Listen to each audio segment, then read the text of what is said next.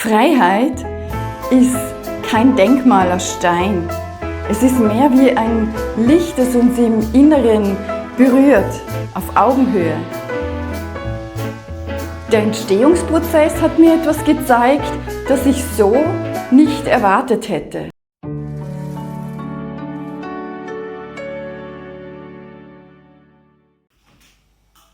Ja, wenn ich über Freiheit nachdenke, dann meistens nicht als Zustand. Nicht als etwas, das man hat oder nicht hat. Freiheit ist für mich ein Raum. Und dieser Raum, der muss atmen können. Das klingt jetzt vielleicht ein bisschen abstrakt, ist aber eigentlich sehr konkret. Täglich stehe ich vor der Leinwand und treffe Entscheidungen. Welche Farbe, welche Schicht, ob ich etwas zudecke oder freilasse. Und diese Entscheidungen fühlen sich manchmal kleiner an, als sie sind. Aber irgendwann merkt man, genau da passiert die Freiheit.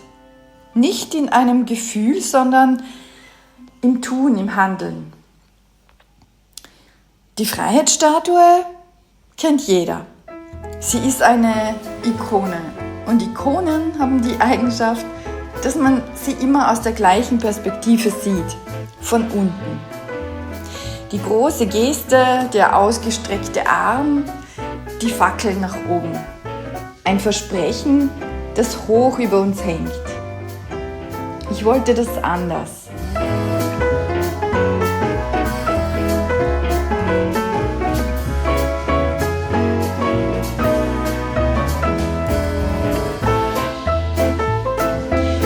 Als wäre Freiheit keine Geste, die uns überragt, sondern etwas, das uns gegenübersteht, das wartet, das wir nur anschauen brauchen.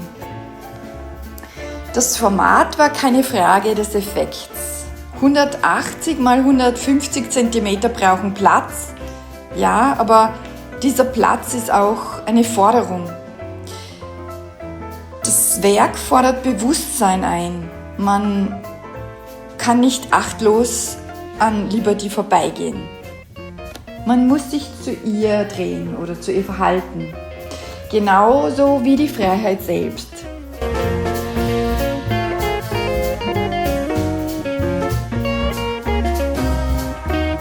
Dann war da noch etwas, das ich beim Arbeiten gemerkt habe. Etwas, das ich am Anfang nicht geplant hatte. Der erste Entwurf war hart. Eine radikale Silhouette, klare Grenzen und die Figur gegen Himmel. Und beim Arbeiten habe ich dann gespürt, das stimmt nicht. Freiheit ist so nicht. Freiheit trennt nicht, Freiheit verbindet. Das war der Moment, in dem dieses Bild eine andere Richtung eingeschlagen hat. Das, was du jetzt siehst, heißt Liberty.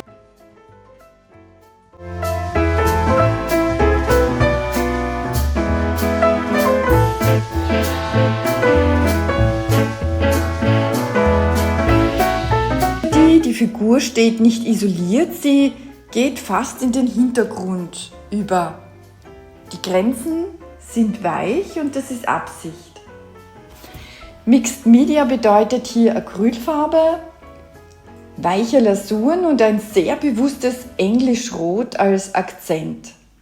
Dieses Rot kennst du schon von einer früheren Arbeit, die ich dir gerne hier verlinke. Ja, und es hat mich nicht losgelassen. Es ist ein Rot, das nicht schreit, aber das man trotzdem immer zuerst sieht. Das Rosé Gold ist keine Deko. Das sind Lichtpunkte, je nachdem, wo du stehst, verändert sich das Bild. Das Licht fällt anders und das Bild lebt. Dann die Kanten, die sind nicht schwarz gefasst, nicht freigelassen, sie sind ins Bild integriert.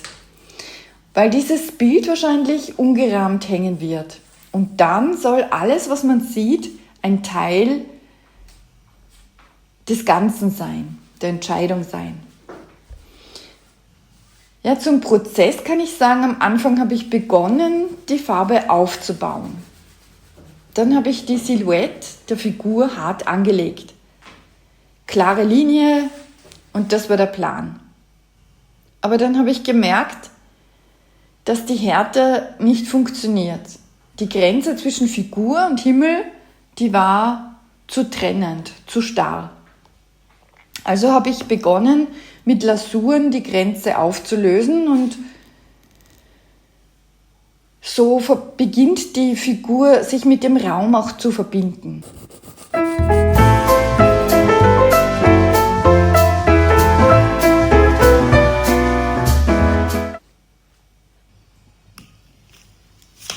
Ja, das Blau und das Pink haben eine interessante Synergie.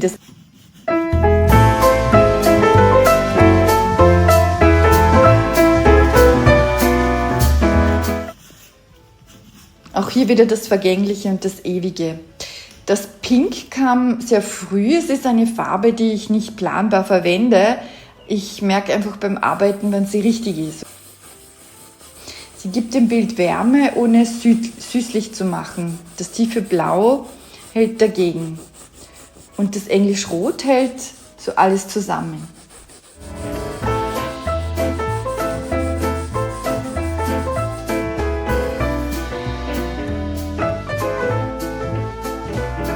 Und zum Schluss noch die Highlights, Goldakzente, gesetzt mit einem feinen Pinsel. Das ist der Moment, auf den ich mich immer am meisten freue. Das Bild ist eigentlich fertig und dann passiert noch mal was.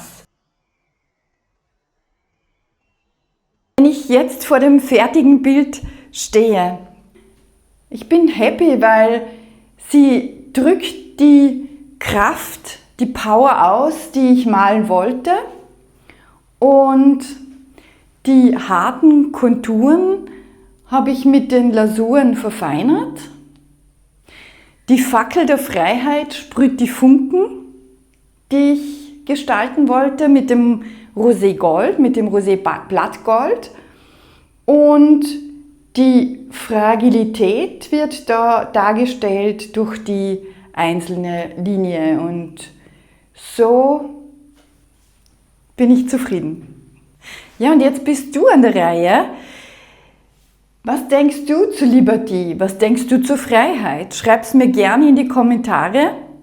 Wenn du mehr über das Projekt und die Liberty erfahren möchtest, dann abonniere gerne meinen Artletter. Der wird in der nächsten Zeit ausgesendet und du findest die Beschreibung dazu, den Link dazu in der Beschreibung. Wenn dir das Video gefallen hat, dann freue ich mich, wenn du meine Arbeit unterstützt, indem du den Kanal abonnierst, indem du das Video likest und natürlich auch das Video kommentierst. Ich freue mich sehr auf deinen Kommentar.